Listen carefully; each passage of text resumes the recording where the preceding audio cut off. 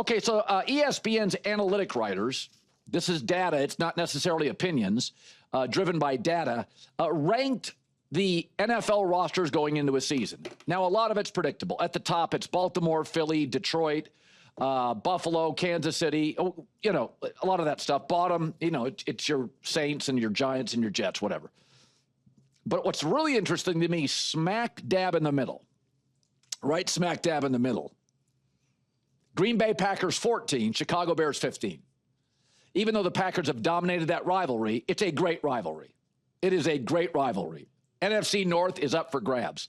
And if the NFL, between the Packers and Bears, is a head coach and quarterback league, and it is, that it's Matt LaFleur and Jordan Love against Ben Johnson, another offensive coach, and another athletic quarterback, Caleb Williams.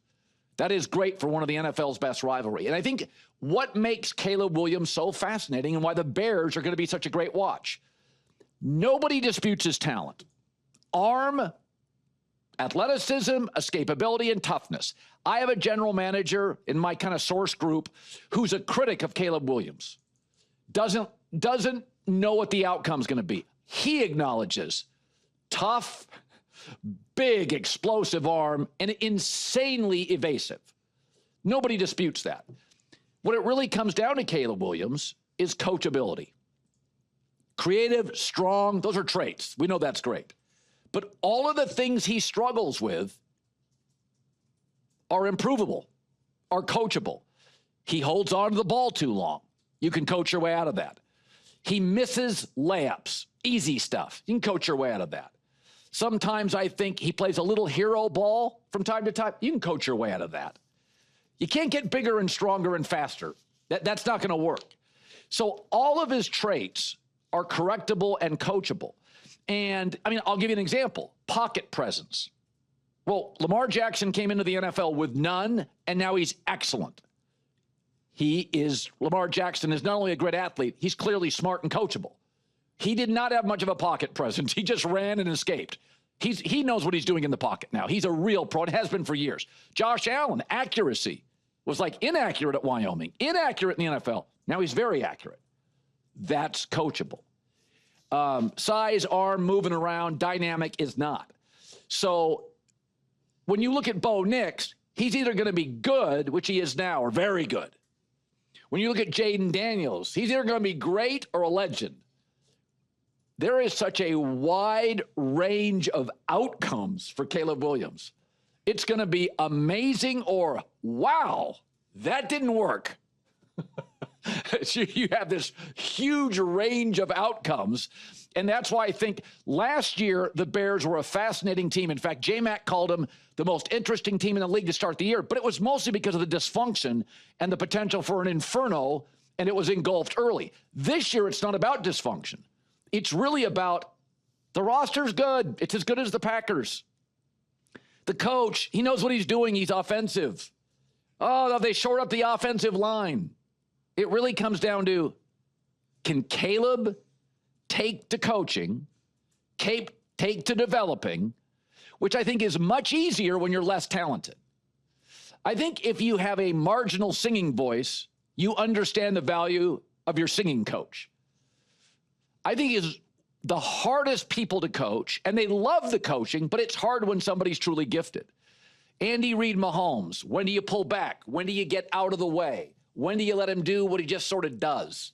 That's hard. It's easy, and I think Kirk Cousins knows, I'm going to follow the playbook here. I'm going to follow the coaching. I've got limitations.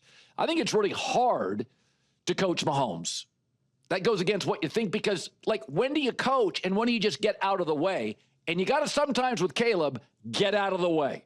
I've talked about this before. He had a moment against Arizona in college. I think it was his first year at USC. It may have been his second, where he was on the sideline. It was fourth quarter, late in the game, may have been overtime. There were like 6 Arizona Wildcats around him, and it ended up being a good bowl team for Arizona. It was 6-on-1, and they couldn't get him. And it was it was a video game. So, that's why, by the way, Steve Kerr is a great coach. Because he took to coaching, therefore he adapted and knows coaching. Michael Jordan wasn't a great GM. Magic wasn't a great coach. Some of it's just, I just got this skill. And it leads me to the right place in crisis. So I saw this, I do not think this is a coincidence. I'm not a big coincidence guy. I'm not a big fate guy. I think things happen due to choices.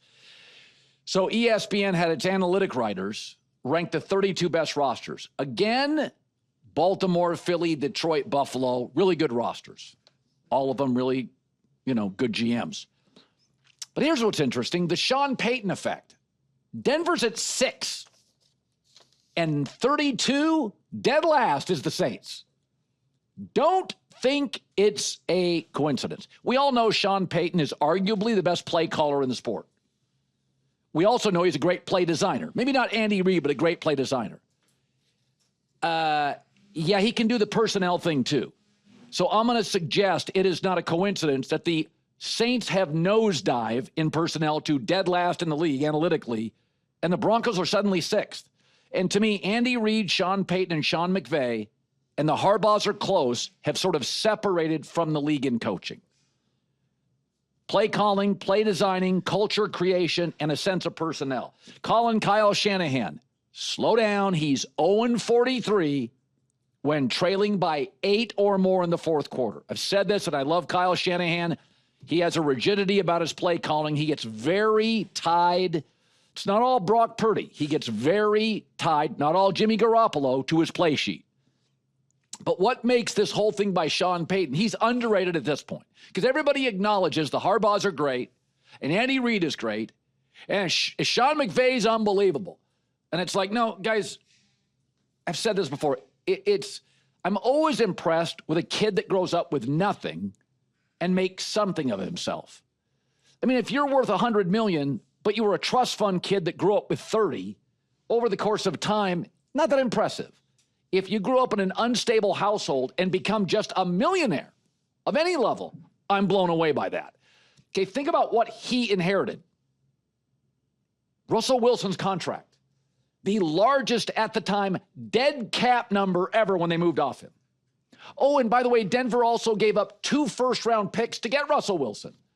So they didn't have ammo, they lacked elite draft capital, and they had the worst dead cap situation ever in a division with Andy Reid, Patrick Mahomes, and GM Brett Veach, and the Hunt family, A-pluses across the board.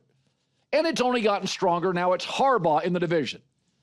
So he got the Broncos last year in the very tough AFC West, in the tougher conference of the two, although it's close now, the AFC, to the playoffs with a quarterback in Bo Nix that wasn't universally lauded coming into the draft. They looked it up this morning. This was PFF's scouting reporter on Bo Nix. Now, I love Bo Nix out of college. They did not. They said, limited ceiling, no truly elite trait. Nix has a rather high floor due to his age, but very limited ceiling. Tough to justify spending overly valuable draft capital on him. So overwhelmingly in the league, Bo Nix was like the 5th most talented quarterback. And in a division with Herbert Harbaugh, Reid, and Mahomes, and a great front office, Bo Nix gets into the playoffs. Bo Nix, in fact, had more touchdown passes and total touchdowns than Jaden McDaniels, who had Terry McLaurin, and in a weaker division with the Giants and the Cowboys. So I'm just saying, if you look at the awful Saints, if you look at the rising Broncos, the fact, and this is something offensive coaches do very well. Reid does it, McVay does it, Sean Payton's done it. It's something offensive coaches do better than defensive coaches. I don't think it's arguable. When he got, not only was the culture broken in Denver, the quarterback was broken, the dead cap money was going to be unbelievable. They'd given up 2 first-round picks to get Russ. The offensive line was a mess. By the end of his first year, it was a top 12 offensive line. Now it's viewed, I just saw this, I think on PFF or one of these ranking systems, it's like the 2nd or 3rd best offensive line in football. That's Sean Payton. That's not the GM or the new owner. That's not the defensive coordinator. That's not Bo Nix. That's Sean Payton. Because they couldn't get the O-line right for years. He arrives, it's suddenly great. That's what McVay did overnight in L.A. with Andrew Whitworth. It's what Andy Reid has done the last 4 years as they've paid Mahomes. You got to kind of ham and egg it on the offensive line. You can't pay everybody up front. So I think we universally know Andy Reid, the Harbaugh, Sean McVay. What Sean Payton has done what he's had to overcome, lack of draft capital, dead cap money, it is remarkable. And right now, they're considered to have the 6th best roster in the league. Not a lot of coaches are great with personnel. Jimmy Johnson's a legend. Jimmy Johnson created the draft board, the value system that, like, nobody made trades in the NFL before Jimmy Johnson. The New York Giants had made one trade ever, I think it was, or maybe it was one in-season trade. I don't know what it was, but nobody traded. When I was a kid growing up, people didn't make big trades. Then Jimmy Johnson came in, the Herschel Walker deal with the Vikings, and then it's like, oh, wow, you can really take advantage of people in this trading thing.